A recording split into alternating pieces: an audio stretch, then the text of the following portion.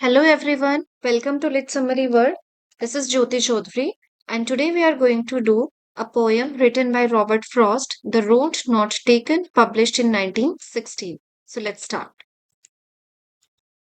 The Road Not Taken, published in 1916, is one of Robert Frost's famous poem. तो ये poem जो है काफी ज्यादा फेमस, आपने जरूर कभी ना कभी इस पोएम को पढ़ा होगा या इसके बारे में सुना होगा। ये इवन हमारी एनसीईआरटी में भी आती है। 1916 में इसको पब्लिश किया गया है।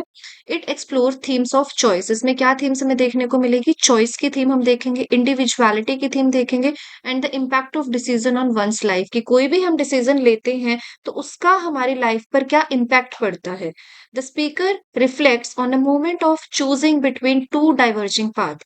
हम देखेंगे कि इसमें जो स्पीकर है वो उस मोमेंट की बात कर रहा है जब उसके सामने दो रास्ते आते हैं और उनमें से वो एक रास्ते को चूज करता है, which serves as the metaphor for life decision. और जो रास्ते हैं यहाँ पर क्या रिप्रेजेंट कर रहे हैं? हमारी लाइफ के डिसीजंस को रिप्रेजेंट करते हैं।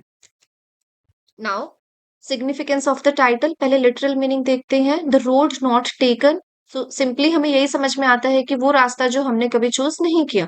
The title refer to the path the speaker did not choose when faced with the fork in the road. Fork का मतलब होता है कि कोई भी जो है रास्ता है, जब वो कई रास्तों में आगे डिवाइड हो जाता है। वो दो भी हो सकते हैं या दो से ज्यादा भी हो सकते हैं, इसको हम फॉक बोलते हैं। It highlight the moment of decision, ये उस मोमेंट की बात कर रहा है कि जब डिसीजन लेना था, making where one option is selected leaving the other unexplored, कि जिसमें से हमने एक ऑप्शन को सिलेक्ट किया है और दूसरे को एक्सप्लोर ही नहीं किया है। नाउ इसका सिंबॉलिक मीनिंग क्या है, ये इंपॉर्टेंट होता है। The road not taken symbolizes life choices. इसको जरूर से याद रखना कि इसका मतलब है कि लाइफ चॉइसेस, जो रोड यहाँ पर क्या रिप्रेजेंट कर रहा है, चॉइसेस की बात है यहाँ पर, अपॉर्चुनिटीज की बात है और possibilities that are left behind when a decision is made. जब भी आपने अपनी लाइफ में कोई डिसीजन लिया है, उस टाइम पर काफी सारी अपॉर्चुनिटीज हम कई बार मिस कर देते हैं, या फिर कई पॉसिबिलिटीज हो सकती थी कि हमारी लाइफ अलग तरीके से होती अगर हमने कोई और डिसीजन लिया होता उस टाइम पर। ये आपके करियर से रिलेटेड हो सकता है, या फिर काफी सारे डिसीजन हम अपनी लाइफ में लेते हैं, यूथ टाइम पर लेते हैं, या फिर हो सकता है कि जब आपने इवन आपने 10th के बाद कौन सी स्ट्रीम चूज की है, उससे भी आपकी जो करियर है, जो आपकी लाइफ चॉइसेस है, वो काफी ज्यादा अफेक्ट हो जाती है। It represent the speaker's reflection on what might have been, evoking a sense of curiosity. तो अब इससे क्या है कि सेंस ऑफ क्यूरियोसिटी हम देखते हैं। रिग्रेट भी हो सकता है आपने जो डिसीजन लिया है उसकी वजह से। क्यूरियोसिटी ये होती है कि अगर हमने कोई और डिसीजन लिया होता, कि मे बी आपने आर्ट्स को चूज किया है, मे बी अगर आपने साइंस चूज की होती तो आज आपका करियर क्या होता, क्या आपका जो है प्रोफेशन हो सकता था।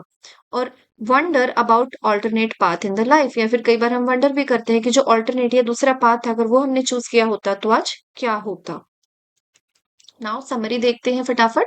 The poem describe a traveller who comes to a fork in forest path and must choose between two roads. तो अब इसमें एक ट्रैवलर की बात की जा रही है कि उसके सामने, वो जंगल में जा रहा है, उसके सामने एक डिसीजन लेना है उसे। वो एक रास्ते पर जा रहा है और अब जो वो रास्ता है वो दो टुकड़ों में डिवाइड हो जाता है, दो अलग अलग रास्ते जा रहे हैं, वो डिवाइड हो जाता है।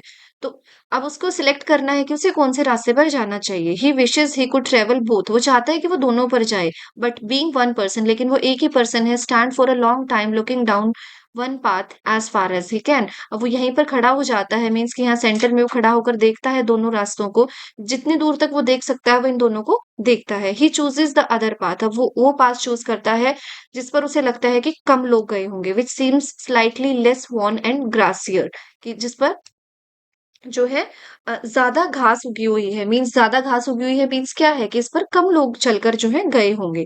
दो both paths look almost equally used, हालांकि उसे लग रहा है कि दोनों को इक्वली यूज किया होगा, लेकिन फिर भी वो वही वाली चूज करता है जिस पर ज्यादा घास है। He hopes to return some day to try the other path but doubts he will. अब वो सोचता है कि वो किसी दिन वापस आएगा और दूसरा रास्ता जो है उसको भी एक्सप्लोर करेगा, लेकिन उसे सेम टाइम पर डाउट भी आ जाता है कि शायद मैं ऐसा नहीं भी कर पाऊंगा। As one choice leads to another, क्योंकि जब हम कोई एक चॉइस बना लेते हैं या कोई भी डिसीजन लेते हैं, उससे हमारे और डिसीजंस भी इम्पैक्ट होते हैं और आगे के आगे हम बढ़ते चले जाते हैं।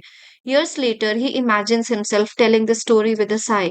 अब कई साल बाद जो है वो अपने आप को इमेजिन करता है ये स्टोरी बताते हुए विद a sigh, कि एक जो ना कि सांस लेना, So that type of expression this is saying he took the road less traveled, और वो कहता है कि उसने वो रास्ता चुना जो कि कम ट्रैवल किया गया था, and that choice made a big difference in his life, और वो जो चॉइस उसने उस दिन की थी उसकी वजह से उसकी लाइफ में जो है काफी बड़ा डिफरेंस आया है. The poem explores how single decision can shape a persons life, और इस पोएम से हमें यही पता चलता है कि हमारा एक छोटा सा सिंगल जो डिसीजन होता है उसकी वजह से कैसे हमारी लाइफ डिफरेंट हो जाती है, कैसे हमारा जो फ्यूचर है वो डिसाइड होता है उसी चीज पर based, with a hint of uncertainty about whether it was the right choice. और हमें ये नहीं पता होता कि जो ये चॉइस हमने की थी या जो डिसीजन हमने लिया था वो सही थी या नहीं थी. हम इस चीज को लेकर हमेशा अनसर्टेन ही रहते हैं.